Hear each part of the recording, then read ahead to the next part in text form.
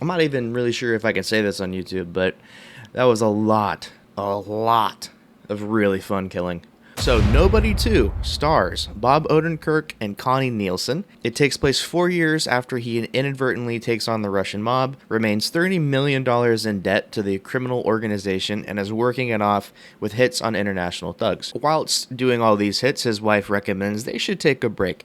This is when he takes his family on a vacation to a small town water park. Hutch soon finds himself the focus of one of the most unhinged, bloodthirsty crime bosses he has ever encountered. And yes, she is very unhinged. She is a lot to look at on the screen, but don't worry, we will get to that in a minute. This movie also stars John Ortiz, RZA. I'm 100% sure I'm saying that wrong. That's probably some celebrity that's very famous that I don't know of. Colin Hanks, which until reading this just now, I had no idea that Tom Hanks' kid was in this movie.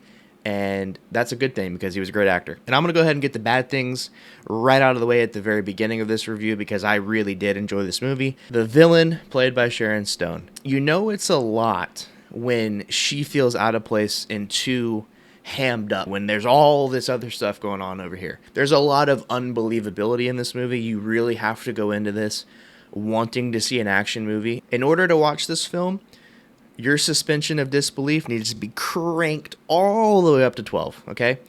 And still, the villain felt like it was too much. Eccentric. We're going to use the word eccentric. And that's all I can really say, barring spoilers. And I may put out a spoiler review of this movie because I did really enjoy it that much. Other than that, pushing that off to the side, the rest of this movie is phenomenal. They got rid of a lot of the problems in the first one. The beginning is much quicker. It's not that slow roll of him doing the same circle over and over and over.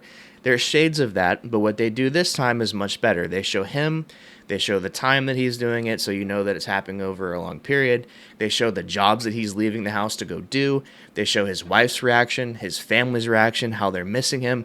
They nailed that to perfection, and that leads me into the pacing of this movie. The pacing of this movie should be studied by everybody in Hollywood that's making an action movie right now. This movie flows. It goes and goes and goes. It gives you everything you need and just the right amount of it. There's heartfelt moments. There's a lot of funny moments. There's good drama between him, his wife, and the family. And there's a plenty of action. And I'm just going to say this. I'm going to get roasted in the comments. Somebody's going to have an issue with this, and I don't care because this is my opinion. This movie, to me, rivals the action in a lot of the John Wick movies. There's a couple quick shots here and there that kind of made you a little uneasy, but it worked to the benefit of the movie. It really did. It added a visceralness to the scenes that I really enjoyed. There's just a lot of stuff. There's a lot of really enjoyable things in this movie, and I don't even really want to talk about it much more. I just want to tell you guys that you should definitely go out and see this movie when you can. Take your dad, take your family. I know it's an R-rated action movie with a lot of killing, but I mean, if they have the aptitude for it, then they will definitely enjoy this movie. You know what? Go with this. Ask them, hey, do you like John Wick? And if they say yes, be like, hey, this is the John Wick for your generation. Guys, in the end, this is one of the best experiences I've had going to the movie theater this year. I cannot recommend this movie enough, but because of the villain, I'm going to dock it 1 point, and I'm going to give this movie a much-earned 9 out of 10. 100% go see this. If you guys end up going to see this movie, I would love to hear your thoughts in the comments below. If you liked my review, if you like my videos on the channel, shoot me a like. I'd greatly appreciate that. So would YouTube. It would make both of us happy. And, you know, since we're all being happy and everything, go ahead and drop a sub. I mean, you don't got to, but it'd be cool. Anyway, guys, I'll see you in the next one. Thanks for watching. Peace.